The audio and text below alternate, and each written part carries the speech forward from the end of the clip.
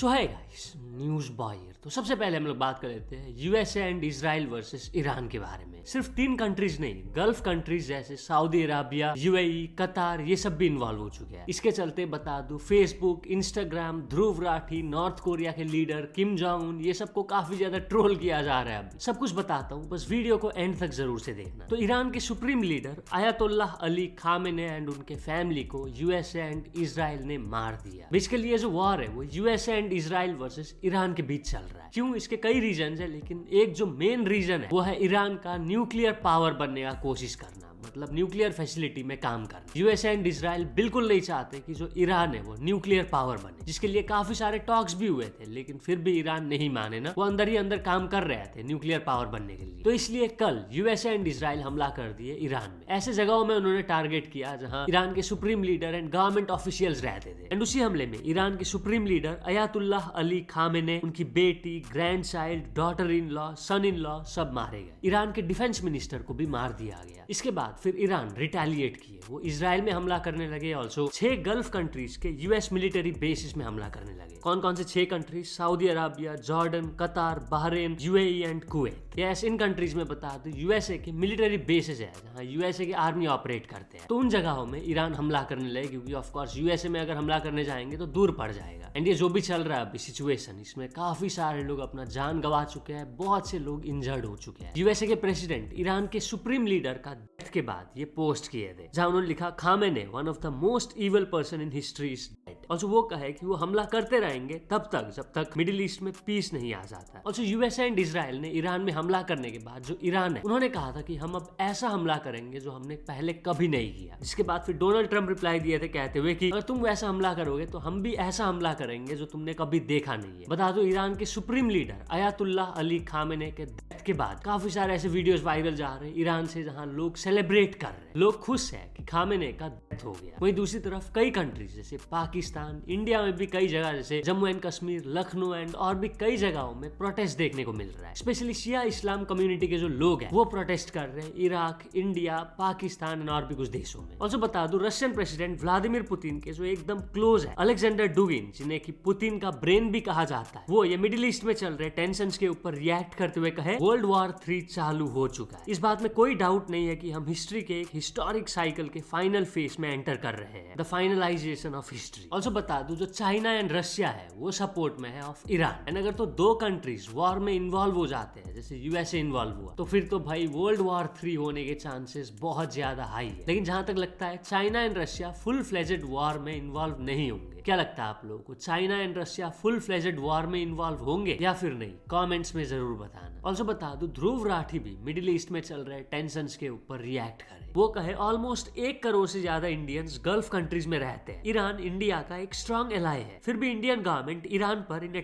को रोकने के लिए प्रेशर क्यों नहीं डाल रहे? कि प्राइम मिनिस्टर ऑफ इंडिया को मिलियंस ऑफ इंडियन लोगों की जान की परवाह है या नहीं? एक जन इसी ट्वीट के ऊपर रिएक्ट करते हुए लिखता है, ये बंदा सांस भी नहीं ले सकता प्राइम मिनिस्टर नरेंद्र मोदी का नाम लिए बिना। इतना ही नहीं, ध्रुव राठी ये जो ट्वीट किए थे ये 5 घंटे पहले किए थे, ठीक है, करीब 23 आवर्स पहले, जब इजराइल यूएसए वर्सेस ईरान का चल रहा था वॉर। उसी टाइम एक बंदा ट्वीट किया था, I have a feeling this MF will say it all happened because PM Modi visited Israel. वो बोल रहा है ध्रुव राठी अब पीएम मोदी के ऊपर ब्लेम डाल देंगे, ये कहते हुए कि पीएम मोदी इजराइल विजिट किए थे इसलिए ये वॉर चल रहा है। इतना ही नहीं, अभी काफी सारे मीम्स बन रहे हैं नॉर्थ कोरिया के supreme leader Kim Jong Un से रिलेटेड। एक ये वाला ट्वीट तो काफी ज्यादा वायरल जा रहा है, जहां लिखा हुआ है, किम जोंग उन बस पेशेंटली वेट कर रहे हैं कि कोई नॉर्थ कोरिया के ऊपर एक मिसाइल हमला कर दे, जिससे वो पूरे प्लेनेट में न्यूक्लियर हमला कर दे। एक और ये देख सकते हो, जब आपके साथ सारे बेस्ट खिलौने हैं बट कोई भी आपके साथ नहीं खेलना चाहता, तो उनका रिएक्शन ये होता है। ऑल्सो अभी काफी सारे लोग Facebook and Instagram and also LinkedIn को भी ट्रोल कर रहे हैं। एक बंदा कल ट्वीट किया था, जो लोग इंस्टाग्राम यूज करते हैं उनके लिए वॉर कल शुरू होगा, जिसको रिट्वीट करते हुए इलॉन मस्क लिखते हैं। एंड उसके 2 दिन बाद फेसबुक में, जो नहीं समझे बता दूं, वॉर से रिलेटेड जितने भी न्यूज है अभी आ रहे हैं वो ना सबसे पहले ट्विटर यानी एक्स में आ रहा है। एंड सिर्फ वॉर का बात नहीं है, काफी सारे न्यूज देश दुनिया के सबसे पहले एक्स में ही आता है, इसके बाद इंस्टाग्राम में आता है, फेसबुक में आता है, बाकी प्लेटफॉर्म्स में। एक और बंदा कल ट्वीट किया था, फेसबुक के लोग क्रेजी होने वाले हैं जब उन्हें ईरान वॉर के बारे में पता चलेगा अगले महीने। कल 28 फरवरी था एंड आज 1 मार्च है, तो ऑफ कोर्स आज नेक्स्ट मंथ ही हुआ। एक और बंदा लिखता है लिंक्डइन के लोग अब लिखेंगे 10 चीजें जो मैंने मैनेजमेंट में सीखी जब इजराइल ने ईरान पर हमला किया। एक और बंदा धुरंधर मूवी से रिलेटेड लिखता है सारे कंट्रीज जहां धुरंधर को बैन किया गया था वो अभी अंडर अटैक है। पीक डिटेलिंग बाय आदित्य धर। गल्फ कंट्रीज में आपको पता होगा धुरंधर मूवी को बैन किया गया था। ऑल्सो न्यूज चैनल आज तक को ट्रोल करते हुए का एक वीडियो अभी काफी ज्यादा वायरल जा रहा है, अब देखिए।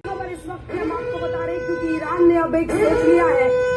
आज तक जब न्यूज रिपोर्टिंग करते हैं वॉर से रिलेटेड पीछे से जो आवाज आता है वो आपने जरूर सुना होगा यार। यही सब चल रहा है भाई अभी पूरे इंटरनेट में, स्पेशली एक्स में। आप क्या सोचते हो इसके बारे में कमेंट करके जरूर बताना। तो चलिए नेक्स्ट अपडेट के बारे में बात करते चुकी है समय राइना के बारे में। तो समय राइना का कल था शो न्यूयॉर्क के मेडिसन स्क्वायर गार्डन में। बहुत बड़ी बात है भाई मेडिसन स्क्वायर गार्डन में शो करना अपना। आज तक सिर्फ एक ही इंडियन स्टैंड अप कॉमेडियन किया है, वो है जाकिर खान। समय राइना जैसे अपना शो खत्म किए लोगों का क्या ही क्रेजी रिएक्शन था। वीडियो अभी आप स्क्रीन पर देख पा रहे होंगे। शो से पहले समय राइना एक इंस्टाग्राम स्टोरी पोस्ट किए थे लिखते हुए New York going on stage at Madison Square Garden theatre in a few hours, surreal feelings. मैंने कभी सपने में भी नहीं सोचा था कि एक दिन दुनिया के दूसरे कोने में हजारों लोगों के सामने परफॉर्म करूंगा। This year has been a wild one. I can't wait to be on stage tonight. आज जो भी लोग आ रहे हैं उन सब का दिल से शुक्रिया for making this one of the most special days of my life. और उन सब कॉमेडियंस को भी बिग थैंक्स जो मुझे इंस्पायर करते हैं बेटर बनने और मेहनत करने के लिए। सी यू टुनाइट न्यूयॉर्क। तो चलिए नेक्स्ट अपडेट के बारे में बात करते चुकी है नोमैड शुभम के बारे में। तो नोमैड शुभम बन गए youngest Indian to visit every country in the world. Yes 197 out of 197 countries वो विजिट कर चुके हैं। लास्ट जो उनका कंट्री बचा था वो था ब्राजील एंड आज वो वहां भी पहुंच चुके हैं। वो अपने इंस्टाग्राम पर ये फोटो पोस्ट किए थे। तो चलिए नेक्स्ट अपडेट के बारे में बात करते चुकी है पाकिस्तान के बारे में। तो पाकिस्तान T20 वर्ल्ड कप से बाहर हो गए।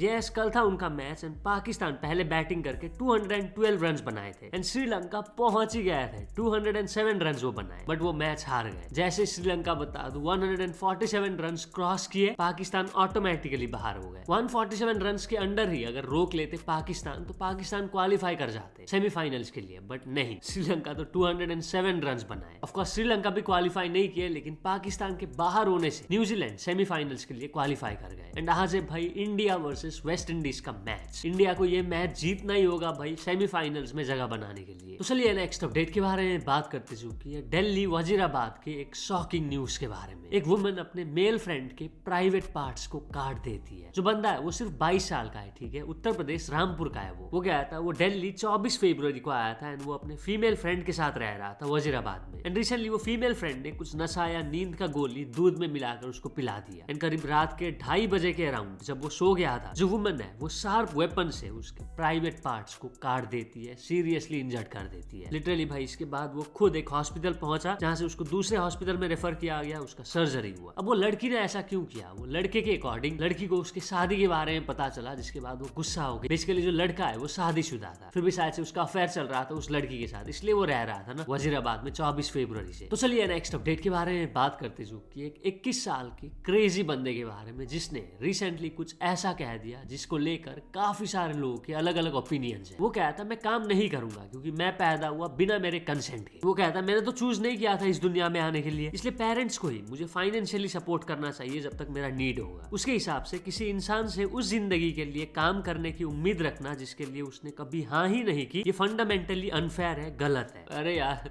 ये तो गजब है भाई। अब कुछ लोग इसकी बातों को एग्री कर रहे हैं, कुछ लोग एग्री नहीं कर रहे हैं। जो क्रिटिक्स है जो एग्री नहीं कर रहे वो कह रहे हैं कि बंदा अभी इमेच्योर है। आप क्या सोचते हो इसके बारे में कमेंट करके जरूर बताना। तो चलिए नेक्स्ट अपडेट के बारे में बात करते चुकी है नकुल धुल के बारे में। तो नकुल धुल के अगेंस्ट में केस हो गया है। कुछ दिन पहले नकुल धुल अपने चैनल पर लाइव आए थे एंड वहां से एक क्लिप उनका काफी ज्यादा वायरल हो रहा था। बेसिकली नकुल धुल कह रहे होते लड़कियों से कौन डरता है, एक काम करना जब लड़कियां चल रही होती है तुम भी पीछा कर लेना, चलना एंड एकदम से जल्दी चल के ओवरटेक कर दो, देखना वो लड़कियां फिर कैसे डर जाती है तुमसे, इसलिए मत डरा करो लड़कियों से। ये सब वो कहे थे ना अपने लाइव में, जिसको लेकर काफी ज्यादा बवाल हुआ। काफी सारे फीमेल इन्फ्लुएंसर्स नकुल धुल के अगेंस्ट में वीडियोस वगैरह बनाने लगी। तो अब नेशनल कमीशन फॉर वुमेन ने एक्शन लिया है नकुल धुल के अगेंस्ट में। उन्होंने मांग किया है कि नकुल धुल के अगेंस्ट में एफआईआर दर्ज हो, ऑल्सो स्ट्रिक्ट एक्शन लिया जाए क्योंकि वो प्रैंक के नाम पे लोगों को उकसा रहे ये करने के लिए, लड़कियों को छेड़ने के लिए। ऑल्सो उन्होंने अथॉरिटीज से मांग किया है कि जो वीडियो अभी सर्कुलेट कर रहा है नकुल धुल का वो वाला, वो अभी और ज्यादा सर्कुलेट ना हो इंटरनेट में। उन्होंने हरियाणा के डीजीपी को 5 दिन का टाइम दिया है to submit a detailed action report. Well इस कंट्रोवर्सी केस के ऊपर रिएक्ट किया नकुल धुल जब वो रिसेंटली लाइव आए थे। मैं छोटा सा क्लिप दिखा देता हूँ, पूरा लाइव अगर आपको देखना है तो link is in the description. और केस कुछ कर दिए हैं भाई,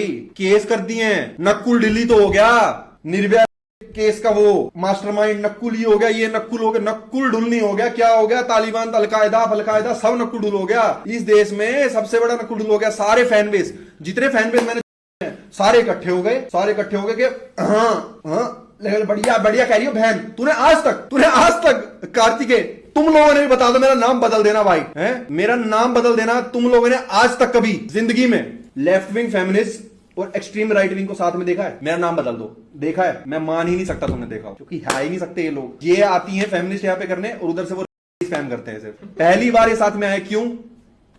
हमने तो सदा काम ही जोड़ने का करा। तो चलिए नेक्स्ट अपडेट के बारे में बात करते जो कि है एक्टर विजय थलपति के बारे में। तो एक्टर विजय के बेटे ने उनको अनफॉलो कर दिया है। क्यों? 2 दिन पहले एक्टर विजय की wife Sangeeta divorce petition file कर दी है। बेसिकली वो डिवोर्स चाहती है एक्टर विजय से। वो एक्टर विजय के ऊपर एलिगेशन लगाई of having extra marital affair with an actress. उनका कहना है एक्टर विजय का किसी एक्ट्रेस के साथ अफेयर चल रहा है, इसलिए वो डिवोर्स चाहती है। तो इसके चलते एक्टर विजय के बेटे ने उनको अनफॉलो कर दिया है। तो चलिए नेक्स्ट अपडेट के बारे में बात करते जो कि है हल्दीराम के बारे में। हल्दीराम ब्रांड के बारे में आप सबने जरूर से सुना होगा। तो लखनऊ में जो हल्दीराम का वेयर हाउस था, वहाँ फूड सेफ्टी ऑफिशियल्स को 112 केजी के एक्सपायर्ड स्वीट्स मिले। एक्सपायर्ड स्वीट्स में क्या क्या? सोन पापड़ी एंड राजभोग। जो फूड ऑफिशियल्स हैं उन्होंने तुरंत से वही ऑन द स्पॉट वो 112 केजी के स्वीट्स को डिस्ट्रॉय कर दिया to prevent sale during Holi. अब हल्दीराम जैसे ब्रांड भी अगर एक्सपायर्ड फूड बेचने लग गए तो भाई किस पे भरोसा करें। तो बस आजकल बस इतने अपडेट्स थे। अगर तो वीडियो पसंद आया तो लाइक जरूर कर देना। मिलते हैं अपने नेक्स्ट वीडियो में।